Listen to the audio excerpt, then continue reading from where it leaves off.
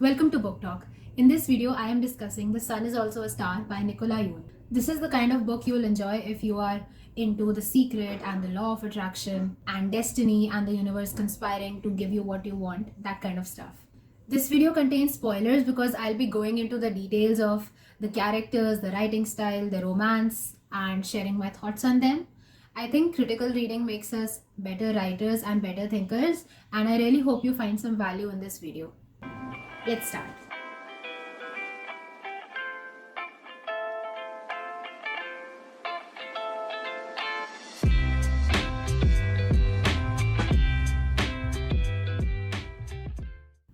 The author Nicola Yoon is herself a Jamaican immigrant like Natasha in the book. Her husband is the Korean-American son of immigrants like Daniel in the book. She wanted to write about immigration when you are coming of age and it is your most defining time and you are trying to figure out what your identity is, trapped between two worlds and not really being a part of either.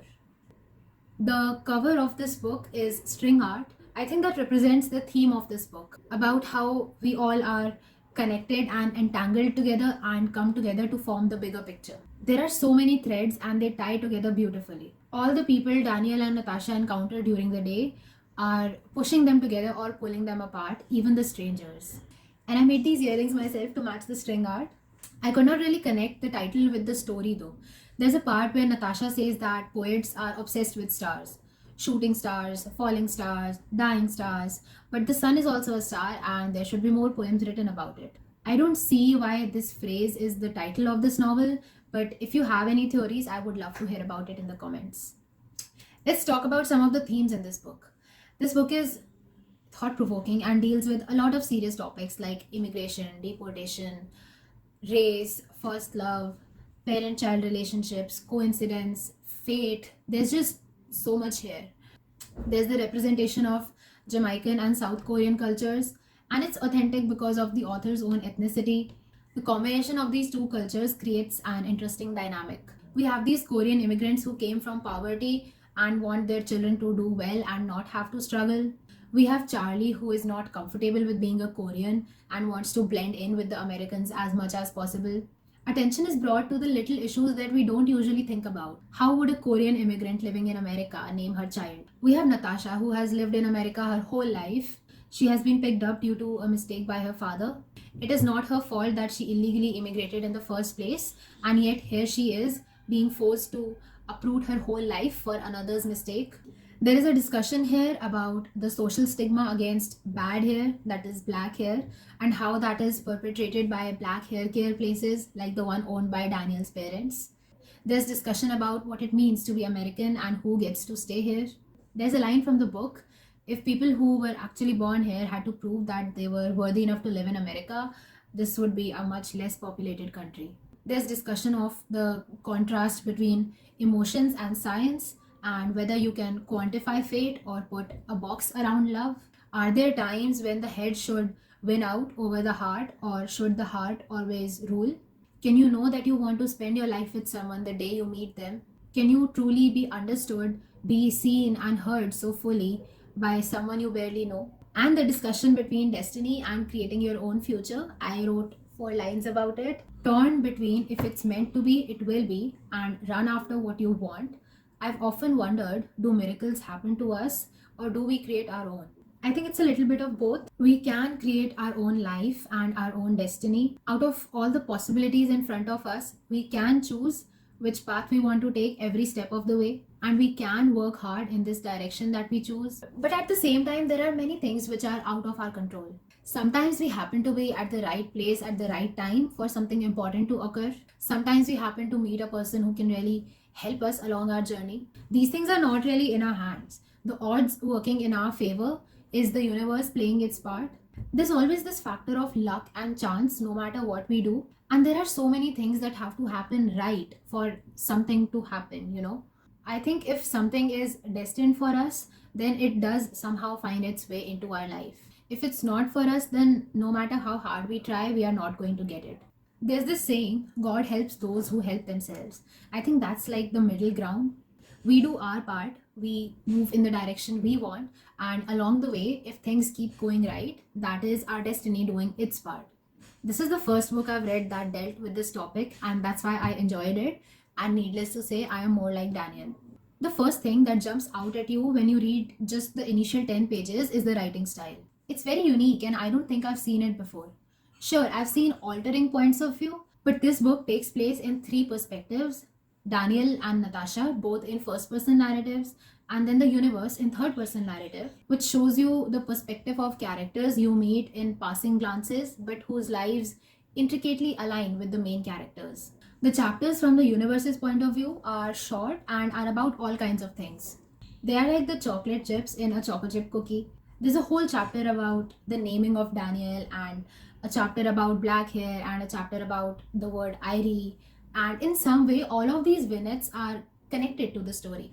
There's a very small chapter about half lives and how Natasha thinks that love also has a half life. These small chapters don't really contribute to the main plot, but they add so much depth, emotion, and perspective to the book.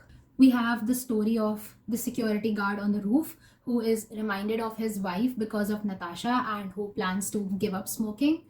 We have the story of the Korean waitress, of the lawyer and his secretary, and it sheds a lot of light on why people sometimes act the way they do, and tells us that often when people do something to us or have a certain interaction with us, it's often not us, it's them. They're acting because of a state of mind. They have their own story and they are projecting that onto you. These vignettes extend your thinking beyond the main love story of the two main characters. And this style again goes along with the theme of this book: how fate works, how little things lead to another thing, the butterfly effect, how everything adds up. They give us insight into how Daniel and Natasha's story changes people's lives in so many ways. They show how several elements come together to make something happen exactly the way it happens. When two people meet at a moment in time, there's all that stuff that got them together in that specific place. The random events with people they have interacted with that day, their families, their ancestors. There's a huge chain of reaction of things that happen to get you to a point in time. By the end of this book, you realize that things are not just a coincidence. Everything has to happen in that order. There are so many things that can go wrong at every step. I had a friend who was a total coincidence guy, and after I pushed him to read this book, he started believing in fate. Let's come to the characters. So we were alternately in Daniel's head and then in Natasha's head, and I honestly did not notice much of a difference in the tone of the narration. Sure, they thought differently and looked at the world differently, but somehow they still sounded the same to me. Daniel should have been a little more poetic, perhaps. So, anyway, Daniel is a dreamer and a poet and believes in meant to be and in soulmates, but he also has typical Asian kid problems.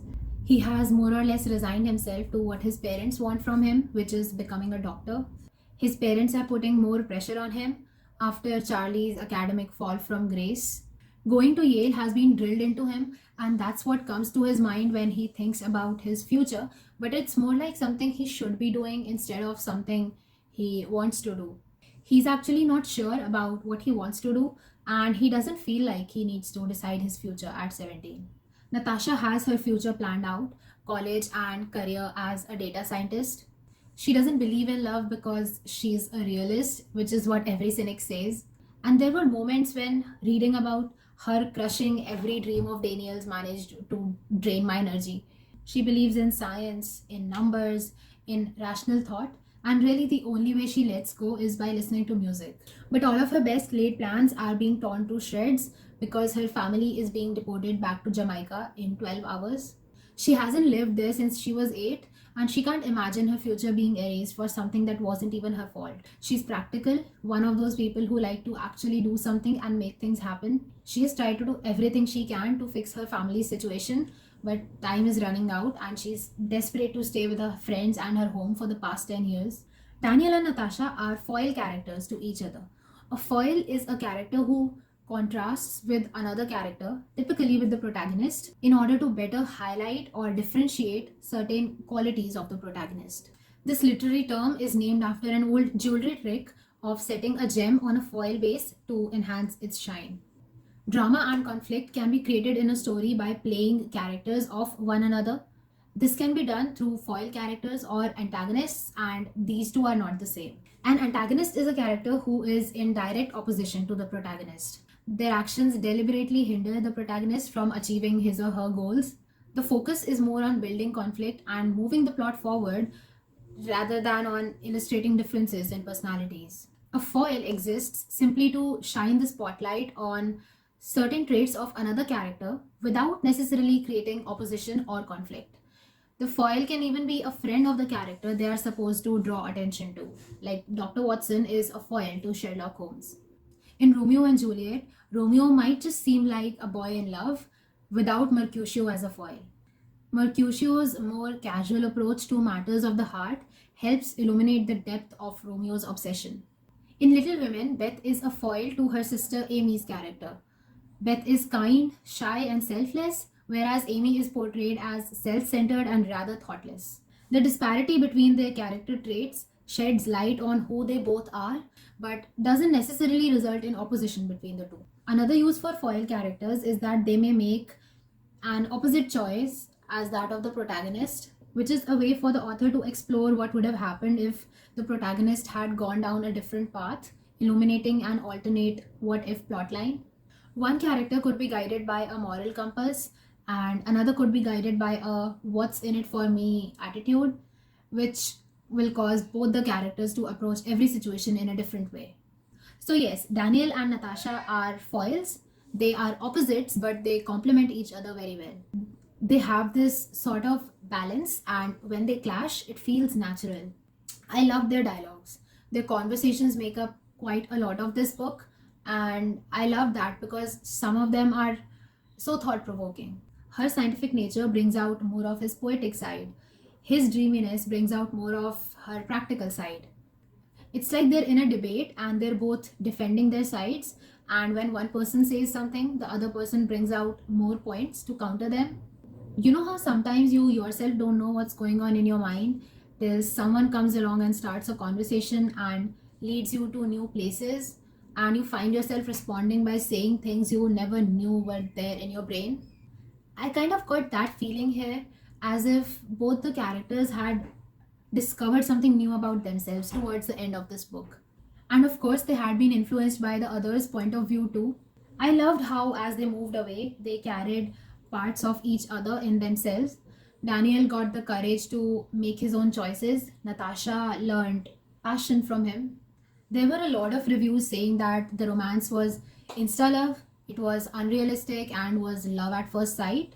But I have a different opinion. I think it wasn't that.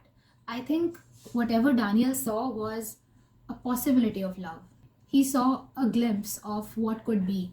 And also, there's no one way for everyone to feel. There's no standard way of loving someone. That's the beauty of being human. Feelings are on a spectrum. As the book itself says, there's a Japanese phrase that I like, koi no yokan. It doesn't mean love at first sight, it's closer to love at second sight. It's the feeling when you meet someone that you're going to fall in love with them. Maybe you don't love them right away, but it's inevitable that you will. He doesn't completely fall in love by the end of this book. I think throughout the book, he is in the process of falling. And because he is a poetic person and a believer of fate, that influences his thoughts and behavior even more. That's the way he looks at the world, and that's what makes him wear his heart on his sleeve. If the concept of meant to be exists in your head and something close to it happens, then you probably will try to fit that into this label. That's what we all do.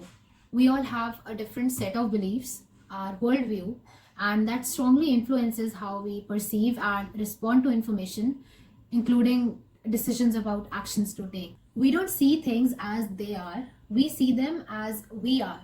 So, if you believe in fate, you will think in those terms and will probably try to connect different events together because everything happens for a reason.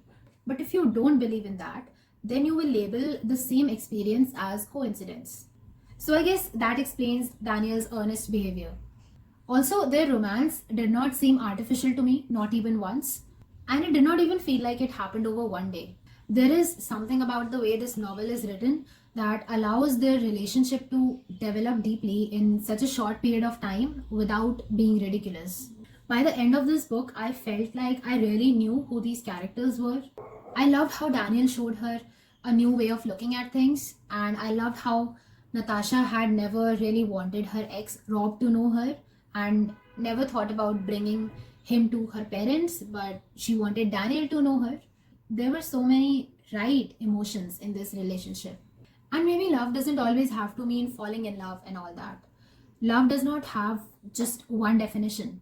You can feel intense attachment and affection for someone, and maybe you're not head over heels in love, but maybe you can see that you would like to spend many years with them, which might or might not turn into a lifetime. And I do think it can happen over one day, given the kind of day they had. I've somewhat experienced it myself. I think it's definitely possible to feel a strong connection with some people right from the start, because I believe in the concept of soulmates and past lives and people meeting again and again in different lifetimes. Maybe that's why when we meet some people, we feel as if we already know them.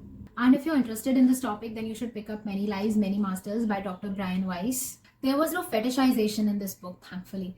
None of, oh, her black skin is so exotic and it's so attractive. They liked each other for the people they were. I enjoyed their banter, how Natasha did not have any time for emotions that day. So Daniel tried to make her fall in love scientifically using the 36 questions that lead to love.